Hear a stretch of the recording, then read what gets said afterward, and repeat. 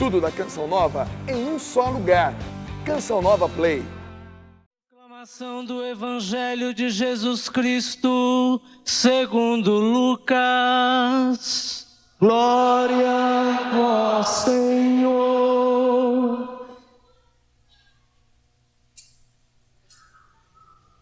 Que a palavra de Deus é insensata nesse momento.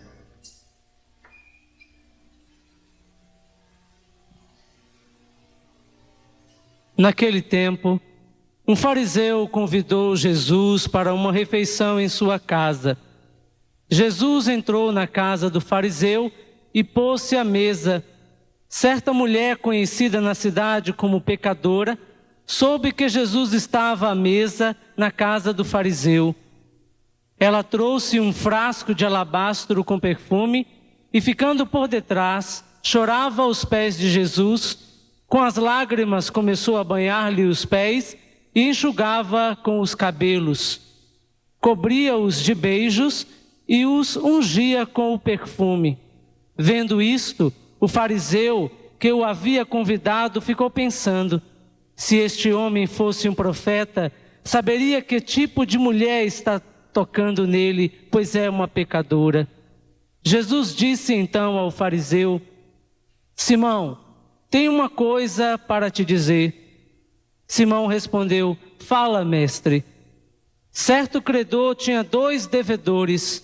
Um lhe devia 500 moedas de prata, o outro 50. Como não tivessem com que pagar, o homem perdoou os 2. Qual deles o amará mais? Simão respondeu: acho que é aquele ao qual perdoou mais. Jesus disse: tu julgastes corretamente. Então Jesus virou-se para a mulher e disse a Simão: estás vendo esta mulher? Quando entrei em tua casa, tu não me ofereceste água para lavar os pés. Ela, porém, banhou meus pés com lágrimas e enxugou-os com os cabelos. Tu não me destes o beijo de saudação. Ela, porém, desde que entrei, não parou de beijar meus pés. Tu não derramaste óleo na minha cabeça. Ela, porém, ungiu meus pés com perfume. Por esta razão, eu te declaro: os muitos pecados que ela cometeu estão perdoados, porque ela mostrou muito amor. Aquele a quem se perdoa pouco, mostra pouco amor. E Jesus disse à mulher: teus pecados estão perdoados. Então, os convidados começaram a pensar: quem é este que até perdoa pecados? Mas Jesus disse à mulher: tua fé te salvou, vai em paz. Depois disso, Jesus andava por cidades e povoados, pregando e anunciando a boa nova do reino de Deus. Os 12 iam com ele, e também algumas mulheres que haviam sido curadas de maus espíritos e doenças. Maria, chamada Madalena, da qual tinham saído 7 demônios. Joana, mulher de Cusa, alto funcionário de Herodes. Susana e várias outras mulheres que ajudavam a Jesus e os seus discípulos com os bens que possuíam. Palavra da salvação. Glória a vós, Senhor. Vamos sentando e vamos cantando. Eu confessei meu pecado e perdoaste, Senhor, minha falta. E perdoaste, Senhor, minha falta. Mais uma vez, juntos. Eu confessei meu pecado e perdoaste, Senhor, minha falta. E perdoaste, Senhor, minha falta. Mais uma vez o canto de meditação vem dar todo o sentido da nossa pregação. Eu confessei Teu pecado e perdoaste, Senhor, minha falta. E perdoaste, Senhor, minha falta. Veja bem, uma coisa se liga com a outra. Eu confessei, afinal, meu pecado. E porque eu confessei, afinal, meu pecado, perdoaste, Senhor, minha falta. O Senhor perdoa, porque o Senhor é perdão. Veja, assim como o fogo queima, porque o fogo é fogo, assim como o sal salga, porque o sal é sal, assim como o açúcar, ele adoça, porque o açúcar é doce. Deus perdoa, porque Deus é perdão. Então, onde Deus está perdoando. Da nossa parte, é que é preciso confessar o próprio pecado. E entenda bem que confessar não é simplesmente fazer o sacramento, realizar o sacramento da penitência, isso é, ir ao padre e confessar os nossos pecados. A palavra aqui é mais ainda. E se confessar é num sentido jurídico, é como réu, que diante do tribunal, ele confessa o próprio crime. É nesse sentido, ele reconhece que é culpado. Ele reconhece publicamente, em juízo ele reconhece que é culpado.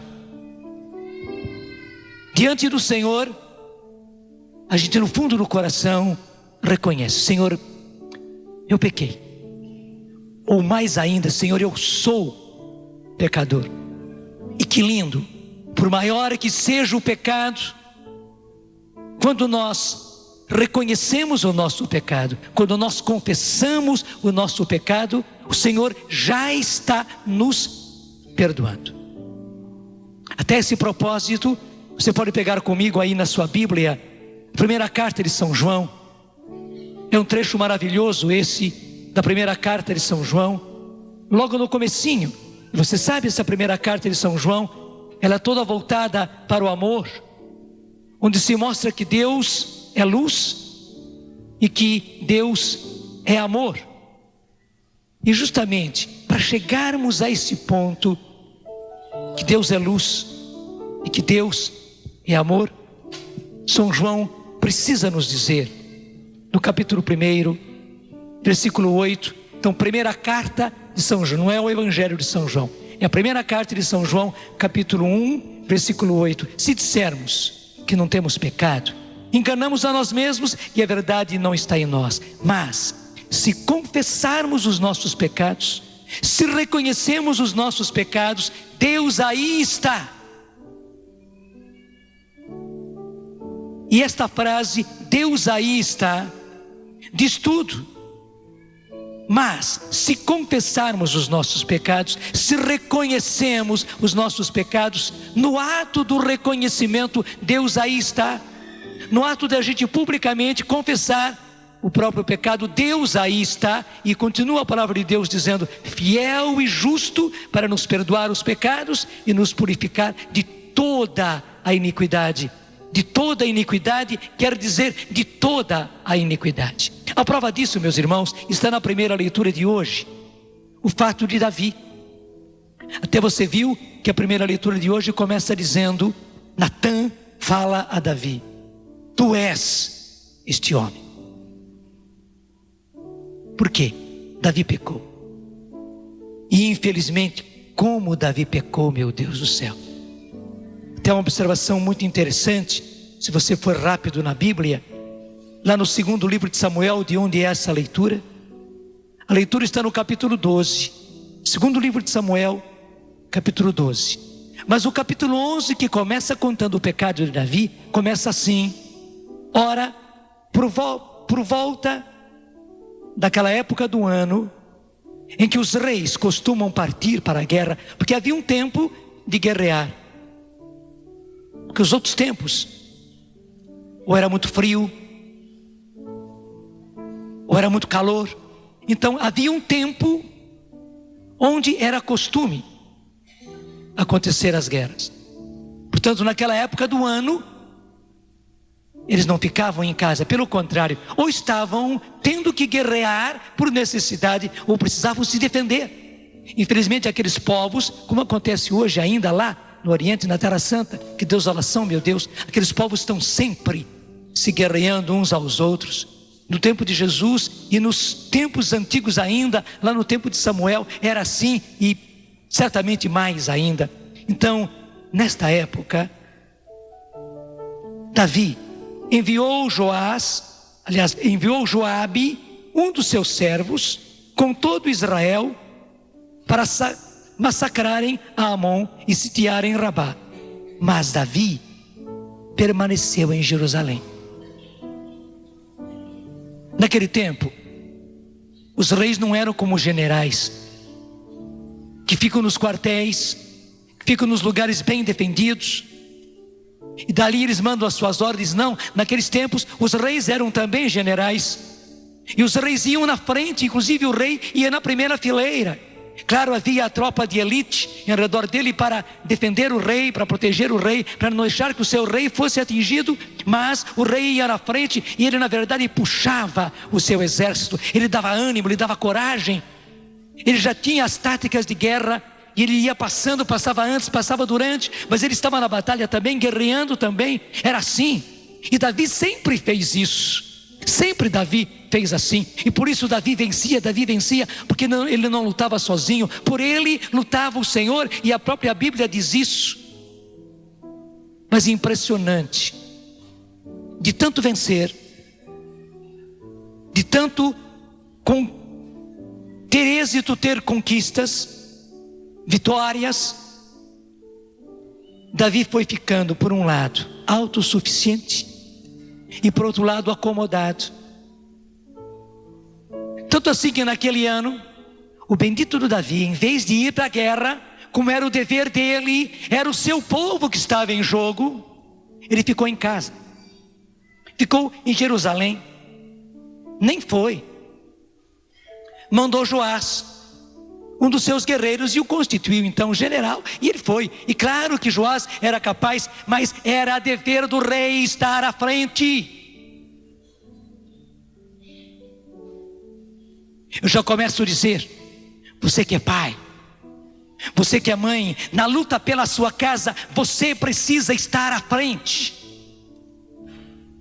Nós padres, eu preciso dizer a mim mesmo, nas lutas pelo nosso povo, eu preciso estar na frente, e qualquer um de nós padre precisa estar à frente. Nós somos generais, e não generais de ficarmos lá no quartel, não generais de ficarmos na retaguarda, apenas dando ordens, não. Nós precisamos batalhar junto do nosso povo. É claro, precisamos ter uma tropa de elite ao nosso lado, que ore por nós, que interceda por nós, que de certa maneira forme uma fileira humana em nosso derredor, também para nos defender, porque nós somos falhos, e ainda mais pelo fato de estarmos aí nos expondo na batalha, no quente da batalha. O inimigo quer nos alvejar, e nós temos que ser prudentes, mas prudentes na ousadia. Então precisamos ter quem esteja ao nosso lado, intercedendo por nós, pedindo por nós, nos defendendo assim espiritualmente. Mas nós precisamos estar na frente de batalha, precisamos, todos nós padres. Eu preciso dizer aos meus filhos, nós não podemos mandar o povo pela frente não, e nós ficarmos atrás. O exemplo tem que começar em casa, e aliás, graças a Deus, eu dou o exemplo, vocês sabem disso. Se tenho falhas, as minhas falhas são falhas, e vocês não podem seguir pelas minhas falhas, mas sim pelos meus acertos. E o que eu digo aos meus filhos, eu preciso dizer a todos os meus irmãos sacerdotes com muito respeito, mas eu preciso dizer, porque esse é o nosso dever. E vocês que são seminaristas, preparem-se desde agora, os da teologia mais ainda, mas também os da filosofia, porque é assim. O padre tem que estar na frente da batalha. O lugar do padre é ali onde o povo está, e a igreja é o lugar onde o povo precisa estar. Ali o povo precisa se confessar, o povo precisa rezar, o povo precisa ser orientado. O padre precisa estar onde o povo está. Que beleza, graças a Deus nós temos Dom Alberto muito próximo a nós. E eu sei muito bem que Dom Alberto, lá na diocese dele, fez uma verdadeira campanha. Ele não quer as igrejas fechadas de jeito nenhum. Existem depois aquelas coisas que dizem: não, mas se nós vamos deixar as igrejas abertas, corre risco, e entra gente, e o pessoal pode roubar, isso e mais aquilo, entra malandro, não sei o que. Então esteja, se é preciso colocar pessoas, e sempre se consegue pessoas para se revezarem. Se consegue com os nossos irmãos evangélicos, por que não se consegue com os nossos irmãos católicos? E Ele quer as igrejas constantemente abertas, e também durante a noite. Deixa eu dizer uma outra coisa.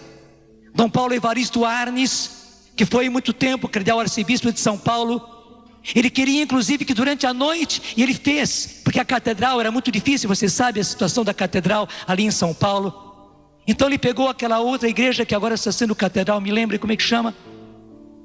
Até tem uma avenida que sai dela, alguém de São Paulo me lembre, uma grande igreja, e ele quis que aquela igreja ficasse aberta sempre. Não é a Sé, é outra igreja, eu vou lembrar, não é? A igreja da Consolação, isso, você é paulista, então acertou. A igreja da Consolação. Dom Paulo fez questão que durante toda a noite, e ali houvesse padres, religiosos e leigos, atendendo o povo durante toda a noite. Muita gente conhece Dom Paulo pelas lutas sociais, mas muitas vezes as pessoas não conhecem Dom Paulo por esse outro lado. Essa preocupação pastoral. Dom Aloísio, que também lutou e luta ainda muito por todas as lides sociais, mas quando Dom Aloísio estava lá em Fortaleza, uma das coisas que ele queria era um plantão contínuo, e aí a renovação pode ajudar muito. Eu me lembro bem, e a Luzia também ajudou esse grupo lá em Fortaleza, que permanecia em revezamento constante naquela igreja para atender o povo, e os sacerdotes estavam lá, porque então a colheita era muito grande, justamente porque as pessoas, os leigos estavam lá para acolher o povo e atender o povo em aconselhamento. Claro que aquilo que as pessoas mais precisavam era de confissão.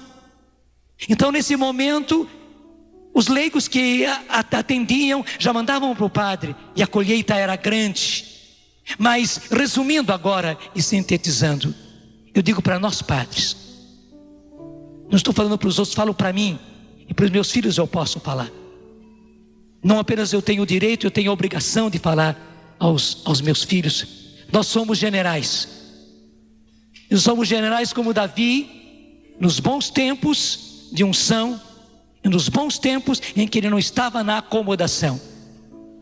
Nós temos que estar onde o povo precisa estar. E o povo tem necessidade de confessar os seus pecados. O povo tem necessidade de orar.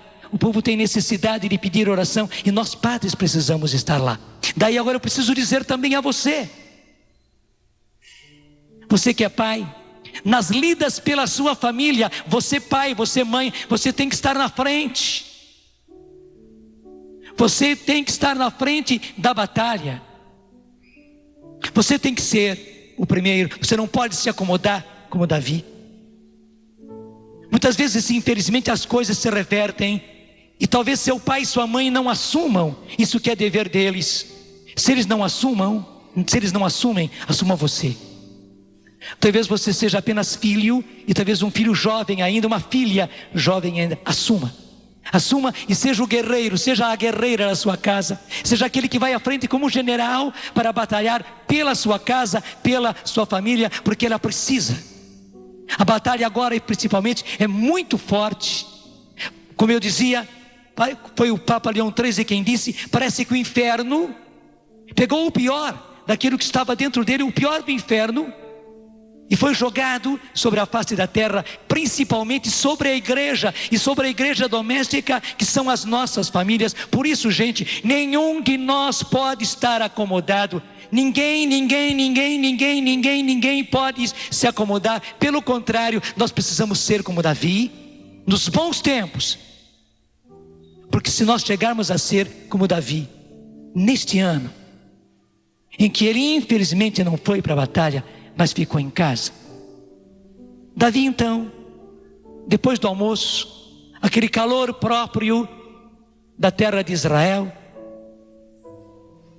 foi para a sacada do seu palácio, e no alto assim, ele estava olhando, e avistou lá uma mulher que estava se banhando.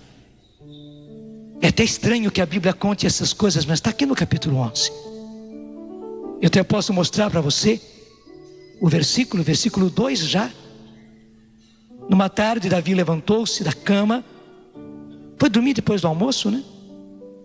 Levantou-se da cama e pôs-se a passear no terraço do Palácio Real. Do alto do terraço avistou uma mulher que se banhava. E até disse, a mulher era muito bonita. E nem diz apenas que era bonita, era muito bonita. Davi, desculpe a expressão, sem vergonha. Isso é meu, não é da Bíblia. Davi mandou tomar informações sobre essa mulher. Meu Deus do céu. Davi, o escolhido do Senhor. Você sabe toda a história de Davi, quando Samuel vai e vê que não é nenhum dos seus irmãos, mas é ele, o menor deles todos, o eleito, o escolhido. Davi que é ungido, Davi que vai e enfrenta o gigante Golias, Davi que enfrentou as batalhas pelo seu Deus, e agora manda buscar informações a respeito daquela mulher que diz a Bíblia muito bonita, que ela estou tomando banho, portanto nua, porque era esse o costume dos judeus tomarem banho. Claro, ela estava no lugar dela, próprio dela tomar banho, mas ele estava lá no alto, como alguém que está no prédio. O bandido do Davi manda buscar informações, e é claro, depois das informações veio todo o restante. E o versículo 4 vai dizer, Davi mandou emissários para buscá-la, e ela veio ter com ele, e aí está, e deitou-se com ela, e se deitar-se com ela, você sabe muito bem, e até uma forma assim muito suave para dizer, ficou com ela, desculpe a expressão, transou com ela, viveu relação sexual com ela, ela voltou para casa, e o seu marido estava lá na guerra. O seu marido era um dos guerreiros da tropa de elite de Davi, fiel a Davi. Mas Davi, infelizmente, quando soube, porque a mulher mandou avisá-lo que ela tinha engravidado, o que ele fez? Mandou chamar o seu marido Urias. Estava na guerra, mandou chamar. Agora já começou o segundo plano, desonesto, sujo, desculpe, sem vergonha, para que ele, vindo da batalha, a chamado do rei, o rei mandou chamá-lo. Urias chega, se apresenta no Palácio Real, portanto no quartel-general. Mas Davi não tem nada para dizer. Ele chamou, porque chamou. E passa o dia inteiro, não dá ordem nenhuma. Quando chega de noite, Urias está ali, então ele manda dar ordem que Urias vá para a sua casa, durma com a sua mulher, ele tem o direito e tal. Na manhã seguinte ele volte para conversar com o rei. Só que Urias, aí que está o bonito, ele era guerreiro de Israel, e ele era da tropa de elite do seu senhor Davi e do seu senhor o Deus de quem Davi era o servidor. Ele não vai para casa, ele dorme ali ao ar livre na porta do palácio do seu rei. Na manhã seguinte informam e disseram, olha, Urias não foi para casa, Urias dormiu aí, deitado no chão. Davi novamente deixa passar o dia inteiro. De noite chama Urias para jantar com ele e dá muito vinho para Urias. Tem muita conversa mole com ele, nem fala de guerra nem nada. Dá vinho. Claro, era o rei dando, era o rei insistindo, e Urias vai bebendo, e diz a Bíblia, você pode acompanhar, que Urias acabou se embebedando por ordem do rei. O rei foi que atiçou. Errado era o rei. Quando estava bem bêbado, você sabe, quando a pessoa se embebeda, ela faz de tudo. E a primeira coisa são todas as paixões que vêm à flor da pele. E disse, agora vai para a sua casa, vai dormir com a sua mulher, e deve ter incentivado bastante. Só que Urias desce, na hora que ele está para ir para casa, Mesmo bêbado ele se lembra: eu tenho que ser fiel ao meu rei, eu tenho que ser fiel ao meu Deus, e por isso eu tenho que ser fiel a Israel. E mais uma vez, embora bêbado mesmo, Urias dorme ali ao relento, na frente da porta do seu rei. No segundo dia, Davi é vencido pela fidelidade do seu guerreiro. Que beleza, gente. Davi é vencido pela fidelidade do seu guerreiro. Então o que devia fazer é realmente isso: reconhecer que o errado era ele, desculpe que o sem vergonha era ele, e mandar que Urias voltasse para a batalha assim: vai meu filho, vai guerrear, você é fiel. Contasse ou não contasse para ele, mas não quisesse um disfarce, porque ele chamou Urias, ele mandou que ele fosse para ficar na sua casa, dormir com a sua esposa, para que então quando voltasse da batalha, ele não ia saber fazer bem as contas, e achar que a gravidez era justamente no tempo que ele veio, que ficou com a sua mulher, e aí Urias ia engolir também que o filho era dele. Está vendo que sem vergonhice da parte de Davi? Que infidelidade, que erro, que engano, que mentiroso, além de ser adúltero, agora mentiroso, quebrado pela fidelidade do seu soldado, e ele não se deixa quebrar. Veja, é ungido do Senhor, o escolhido do Senhor, que não se deixa quebrar, nem mesmo pela fidelidade do seu soldado. Daí o que ele faz? Ao contrário, vai pior. E o pecado é assim, gente: pecado gera pecado. E o pecado dos escolhidos, o pecado dos ungidos, se eles não se convertem logo, se eles não se quebram pelo arrependimento, se eles não reconhecem e não confessam o seu pecado, como a música estava nos dizendo, e nós cantamos no canto de meditação, o pecado do ungido vai aumentando rapidamente, porque ele é ungido. Daí o inimigo guerreia muito mais fortemente, e o pecado dele se torna mais hediondo. Foi o que aconteceu com Davi. Então Davi escreve uma ordem para que então Joás, que é o general que está no lugar de Davi, coloque Urias bem à frente, e maldosamente, covardemente, Davi escreve dizendo: coloque-o sem defesa, para que ele seja atingido e ele morra. Na verdade, o rei está pegando um dos seus soldados fiéis, da sua tropa de elite, que mostrou toda a sua fidelidade, que mesmo bêbado ficou ali na porta do rei, dormindo ali, e não foi para sua casa, porque era tempo de guerra. Davi estava em casa, Davi estava acomodado em casa, porque era tempo de guerra. Nem ver a sua mulher, nem ver os seus filhos ele foi, muito menos ficar com ela, dormir com ela, comer a comida dela. Não, ele ficou ali. E agora Davi manda que ele morra, dá ordens para que o deixe na primeira fileira e sem defesa, para que seja atingido e morra. E é claro, ele vai para a batalha, cumprem a ordem de Davi, era o rei mandando. Eles não compreenderam o porquê, não podiam imaginar o porquê, mas o rei mandou deixar. E é claro que Urias é atingido, morre, vem a notícia, e Davi, todo arrependido, manda avisar a esposa que infelizmente o seu soldado havia morrido, honras de guerra para ele, honras do exército real para ele, que morreu em batalha. E é claro, com muita misericórdia, então ele assume a esposa de Urias e atrás para o seu palácio, porque agora era obrigação dele sustentar a esposa de Urias, porque o seu soldado morreu na batalha, enquanto foi ele que mandou matar. Você entendeu toda a hediondez do pecado de Davi? Esconde de toda a nação, desculpe, a corrupção dele. Só que ele não pôde se esconder de Deus. O que Deus faz? Uma vez que o seu ungido não se arrepende, pelo contrário, ele guarda com ele tudo aquilo, Deus manda o profeta Natã.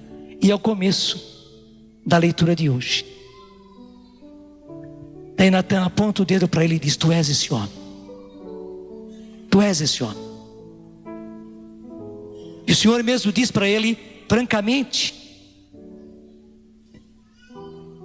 por que desprezaste a minha palavra, fazendo o que é desagradável aos meus olhos?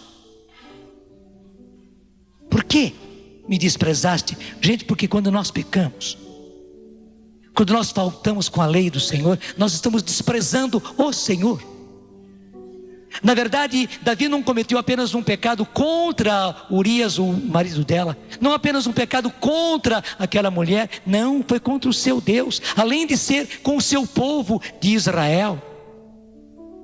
Mas o próprio Deus cobra dele: por que me desprezaste? E desprezaste a minha palavra, fazendo o que é desagradável aos meus olhos. E Natã põe diante dos olhos de Davi o seu pecado.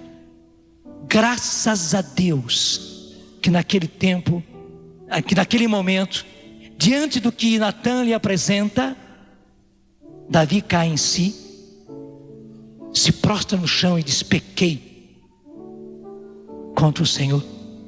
Até você conhece muito bem o Salmo 50, que é o salmo resultado desse arrependimento de Davi, que se põe no chão, que se prostra no chão. Na verdade, como era costume deles, essa prostração era prostrar-se, era deitar-se no chão, de boca no chão, confessando diante do Senhor, aos clamores: misericórdia, Senhor, perdão, na tua imensa misericórdia, perdoa o meu pecado. Foi contra ti, somente contra ti que eu pequei, Senhor, e cometi toda essa minha iniquidade. Graças a Deus. Sabe, gente, hoje o Senhor está falando através de Davi, dos ungidos, dos escolhidos, dos que são do Senhor, daqueles que o Senhor já resgatou e já trouxe para Ele, de quem o Senhor espera e espera muito, mas que infelizmente erram, pecam contra a castidade, como aconteceu com Davi, mas pecam com tantos outros pecados. E aqui é o caso de nós ungidos recebermos aquela palavra que Jesus disse aos escribas, aos doutores da lei: quem não tiver pecado, atire a primeira pedra. E eu preciso dizer, eu não posso atirar a primeira pedra. Eu até preciso dizer: eu escolhido, eu ungido, eu padre, me confesso a Deus Todo-Poderoso e a vós, irmãos, que pequei muitas vezes.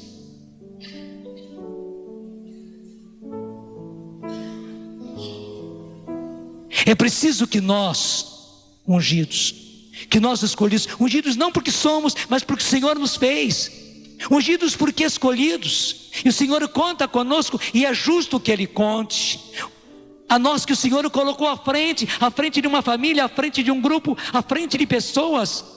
O Senhor precisa de nós, Ele quer que nós evangelizemos com a nossa palavra, com o nosso exemplo. Ele precisa de nós, e por isso nos escolheu, e por isso nos resgatou, e conta conosco. Aí está o importante, mas infelizmente muitas vezes nós pecamos e não nos arrependemos. Temos 1000 justificativas, e é impressionante, eu até falo por experiência, infelizmente a gente mesmo se dá desculpas, sabe do próprio pecado, mas aí existe uma segunda tentação, e a gente acolhe essa segunda tentação de justificar-se, deixar que assim mesmo, que afinal das contas não é tanto assim, e não se arrepende, e não reconhece, e daí entra o sacramento, não se confessa, não vai ao sacramento da penitência, não recebe o perdão, e vai arrastando o pecado, vai puxando o pecado. Eu diria, o pecado vai ficando sobre os nossos ombros, vai ficando sobre o nosso coração, e impressionante, o pecado aumenta dentro de nós, mesmo se não cometermos maiores pecados e mais pecados, graças a Deus, mas aquele pecado nos faz arrastar-nos em tudo na nossa vida, especialmente no nosso apostolado, na nossa oração, na nossa unção. Sorte que o Senhor não nos tira o seu Espírito Santo.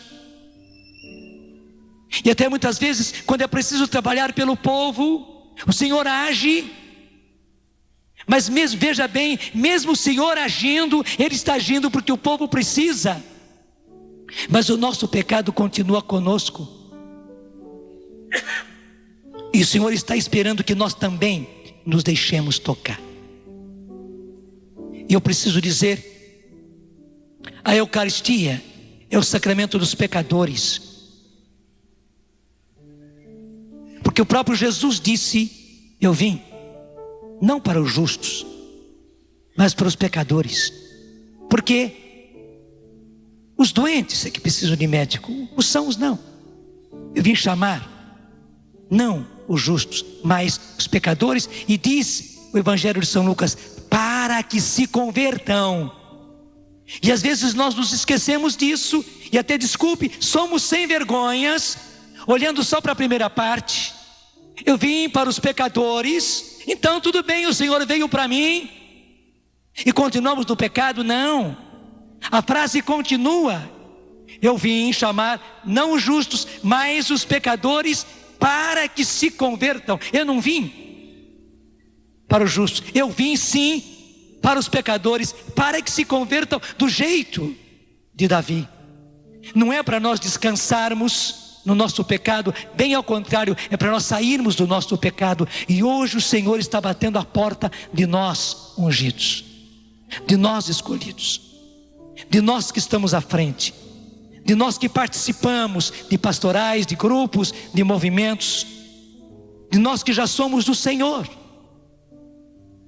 E o Senhor está dizendo: meu filho, minha filha, não segure mais o pecado com você, não dê mais justificativas, não dê mais desculpas. Pelo contrário, reconheça o seu pecado, reconheça do fundo do coração e confesse. Porque se dissermos que não temos pecado, enganamos-nos a nós mesmos, e a verdade não está em nós. Mas se reconhecemos, se confessamos o nosso pecado, Deus aí está fiel e justo para nos perdoar o pecado e nos purificar de toda a iniquidade. Veja, até o pecado hediondo de Davi o Senhor perdoou. E aí está uma segunda parte. Não é a grandeza do pecado, mas é a grandeza do perdão, da misericórdia de Deus. E entre a grandeza do nosso pecado e a grandeza do perdão do Senhor está justamente como dobradiça o nosso arrependimento, o nosso reconhecimento, a nossa confissão do nosso pecado. Me fiz entender? Você conseguiu entender? Mesmo que o nosso pecado seja hediondo como o de Davi, mesmo que você peque mais do que Davi, mas não é o tamanho do seu pecado, é o tamanho da misericórdia de Deus, que é infinita. Mas entre o hediondo do seu pecado e o infinito da misericórdia de Deus, o que precisa funcionar é aquela dobradiça do reconhecer os nossos pecados. E essa dobradiça a gente não pode estar enferrujada, não pode. Estou pedindo agora, Senhor, seja o que for que tenha acontecido com cada um desses meus irmãos, se infelizmente, Senhor, essa dobradiça do nosso coração, do reconhecimento do nosso pecado, da confissão do nosso pecado, do arrependimento, Senhor, pelo nosso pecado, se está enferrujada, Senhor, vem e derrama a tua unção, derrama o teu óleo, Senhor. Tira toda a ferrugem, meu Deus, e faz que volte a funcionar, flexionar, Senhor, essa dobradiça. Que os nossos corações de pedra, Senhor, se transformem em coração de carne, que reconhecem, que se arrependem, que confessam o próprio pecado e que recebem o perdão. Senhor, é pelo teu Espírito que nós nos arrependemos. E que beleza, Senhor, o arrependimento não é simplesmente iniciativa nossa. Precisamos tomar a iniciativa de nos arrependermos, mas o arrependimento vem do teu Espírito. Senhor, que o teu Espírito funcione em nós, opere em nós, e que nós, Senhor, da nossa parte, movidos pelo Espírito, reconheçamos, confessemos, nos arrependamos do nosso pecado. Cantemos. Eu confessei meu pecado. Canta para valer. E perdoaste, Senhor, minha falta. E perdoaste, Senhor,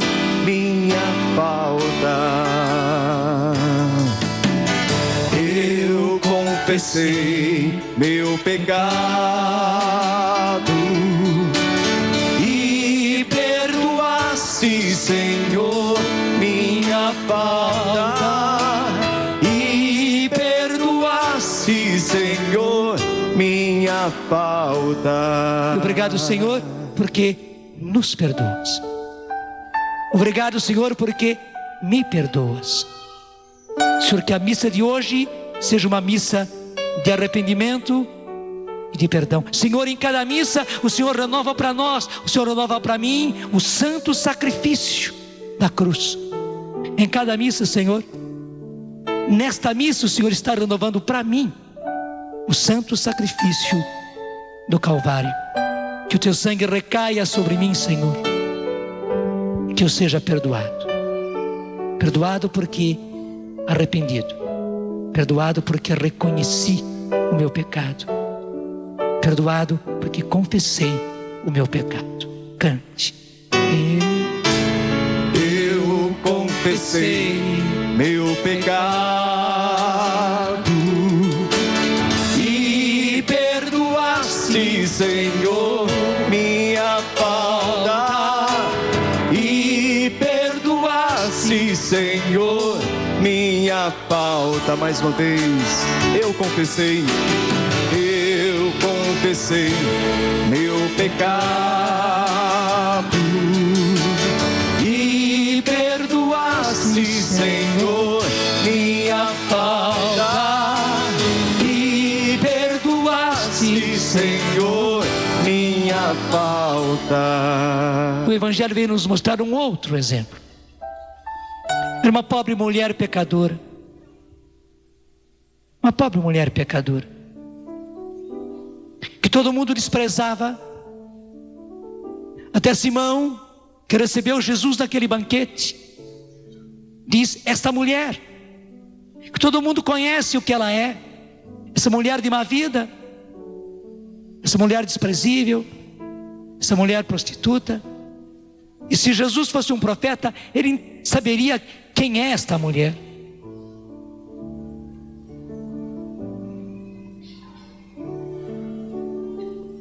Certamente, além de nós ungidos, existem pessoas coitadinhas que se arrastam no pecado. Talvez essa pessoa coitadinha seja muito próxima a você, seja dentro da sua casa, talvez seja seu marido que se arrasta no pecado, na bebida, numa vida prostituída, de adultério, de infidelidade. Talvez isso acabe com você, acabe com o seu coração, acabe com a sua saúde, acabe com a sua paciência. Talvez isso tenha se demorado durante anos, mas infelizmente o seu marido é assim. Ou talvez o oposto, o que é muito doloroso, talvez sua esposa, e daí no caso que terrível, a sua mãe é assim. Talvez seu pai seja desse jeito, talvez sua mãe seja desse jeito. Talvez na sua casa exista um filho e uma filha se arrastando no pecado. Aparentes nossos, a gente próxima a nós, gente que nós amamos, mas gente com quem nós trabalhamos.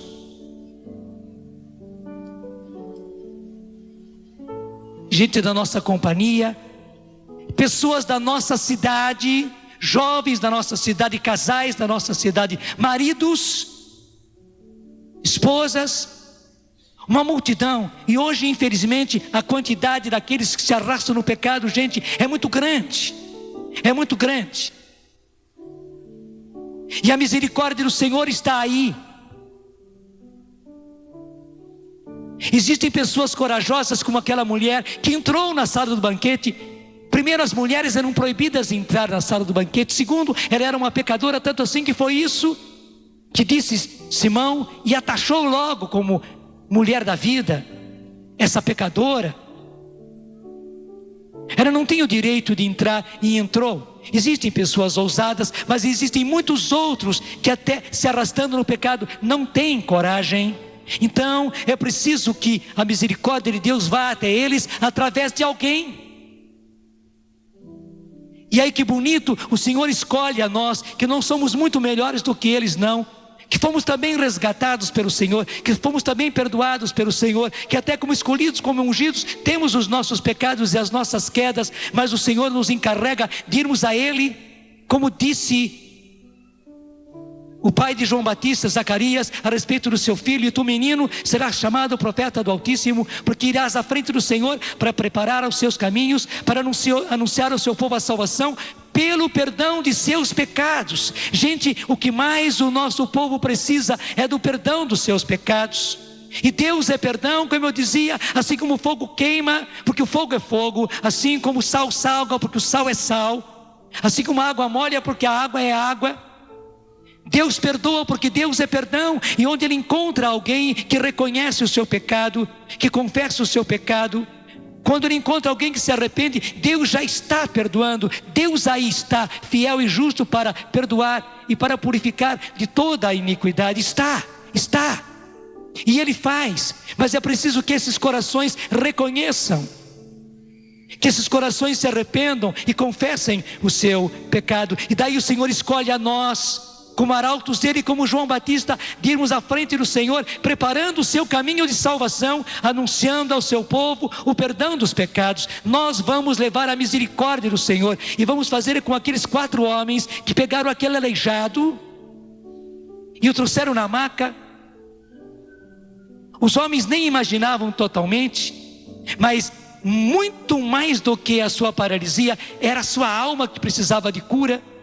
E aqueles homens não conseguiram entrar pela porta, tentaram pela janela e não conseguiram, não duvidaram, subiram em cima da casa, abriram um buraco, soltaram aquele homem amarrado com cordas para diante de Jesus. É isso que temos que fazer. Você precisa fazer isso com as pessoas da sua casa. É o seu marido, faz isso.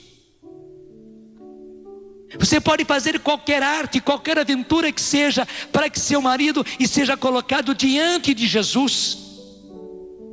É seu filho, é sua filha, é seu pai, é sua mãe. Faça o que for preciso fazer, toda e qualquer aventura, mas para que esta pessoa que precisa de perdão seja colocado diante de Jesus, mesmo que precise ir por cima do telhado, mesmo que precise abrir o telhado e soltá-la com cordas diante de Jesus. Mas é isso que temos que fazer. Quando ele chegar a Jesus, vai acontecer a mesma coisa que aconteceu com aquele homem. Jesus vai dizer: meu filho, com espanto de todos, teus pecados te são perdoados. Como Jesus disse para aquela mulher do Evangelho, que todo mundo apontava o dedo, porque ela muito amou, os seus numerosos pecados lhe foram perdoados. Vai em paz, porque a tua fé te salvou. Gente, há sempre perdão. O que é preciso é que haja corações arrependidos. E é por isso também que nós precisamos pregar, e nós pregadores precisamos pregar, e cada vez mais na firmeza do Senhor. Não é para atacar, não, é ao contrário, é para atingir os corações, porque as pessoas não podem continuar na dureza de coração. Temos que pregar aos ungidos, e temos que pregar aos pecadores, a todos, porque muitas vezes o ungido, escolhido, acaba ficando o coração mais duro do que aqueles que são os chamados pecadores. Temos que pregar, mas todos nós pregadores, sacerdotes, mas também você pregador leigo, você pai de família, você mãe de família, você jovem, quanta coisa você pode fazer, pregando, mas também falando a eles, testemunhando inclusive o que é que Deus fez na sua vida. Certamente aquela mulher de que fala o Evangelho, depois de perdoada, depois que Jesus morreu, depois que Jesus subiu ao céu, certamente ela deve ter dito para muita gente: gente, fui eu. Sim, fui eu aquela mulher. Sim, sou eu aquela mulher que chegou na casa de Simão, que lavou os pés de Jesus, que lavou os seus pés com lágrimas, que derramou aquele perfume nos pés dele. Fui eu que fui perdoada. E o testemunho dela, a vida dela, era a pregação de que eles precisavam. Quanta gente acabou aceitando Jesus, acolhendo Jesus, quanta gente acabou se convertendo e sendo perdoada pelo testemunho daquela mulher. Todos nós fomos resgatados. As nossas histórias são todas elas lindas, uma mais linda do que a outra. É certo que o seu resgate, é certo que a sua conversão foi linda. Ela pode ser instrumento para a salvação de muitos. Não de orgulho da sua parte, eu me converti, não, mas o Senhor me converteu. O Senhor me deu a graça do arrependimento, de eu reconhecer o meu pecado. Ele foi e me arrancou, e me retirou, e me resgatou. E hoje eu sou o que sou pela graça de Deus. E aí chegamos ao centro das leituras de hoje, onde Paulo, perseguidor de Jesus, porque é perseguidor dos cristãos, agora ele vai dizer: eu vivo. Depois de tudo, graças a Deus, eu vivo, mas já não sou eu mais que vivo, é Cristo que vive em mim. Porque Paulo também pregou com o seu exemplo de perseguidor de Cristo. Ele podia dizer: eu vivo, mas já não sou eu mais que vivo, é Cristo que vive em mim. A minha vida presente na carne eu a vivo na fé do Filho de Deus que me amou e se entregou por mim. Você está me entendendo? É isso que Deus quer.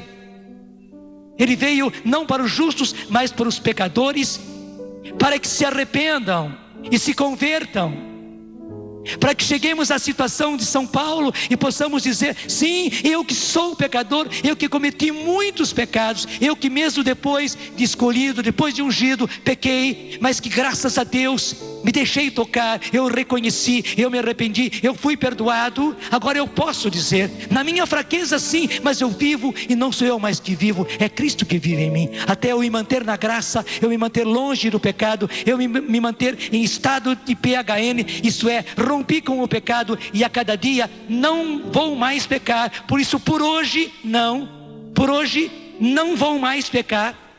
O manter-me nesse estado é porque eu vivo e já não sou eu que vivo, é Cristo que vive em mim. É Ele que me dá força de viver o PHN, é Ele que me dá força de viver longe do pecado. Obrigado, Senhor.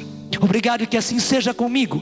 Eu preciso, Senhor, e eu preciso ser seu apóstolo. Eu preciso pregar, Senhor, com pregação. Eu preciso pregar com a minha vida, pregar com o testemunho, porque há muitos que precisam ser levados a Ti para reconhecerem o seu pecado, confessarem o seu pecado, serem perdoados e também eles, Senhor, voltarem para Ti. Cantemos mais uma vez por nós e por tanta gente que precisa deste perdão do Senhor. Eu confessei.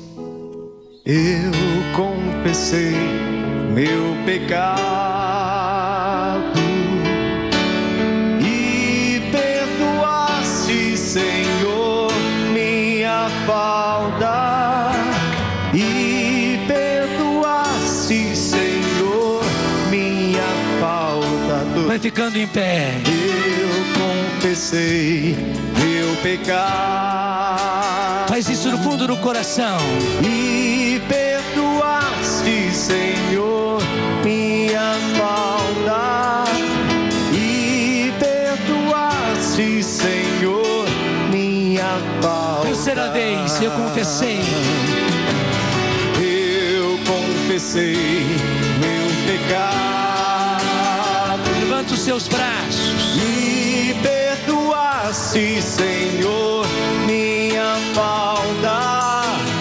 E perdoaste, Senhor, minha falta. Solta agora a sua voz desse canto livre.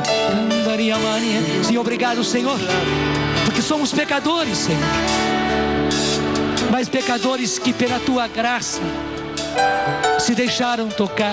E nós queremos ser assim, Senhor. Sim, que a Tua graça nos toque, que a Sua graça nos mova, que as dobradiças do nosso coração, Senhor, não fiquem mais enferrujadas, que ante do terrível do nosso pecado e do infinito da Tua misericórdia, a dobradiça seja o nosso reconhecimento, o nosso confessar do nosso pecado, o nosso arrependimento, Senhor. Obrigado por isso.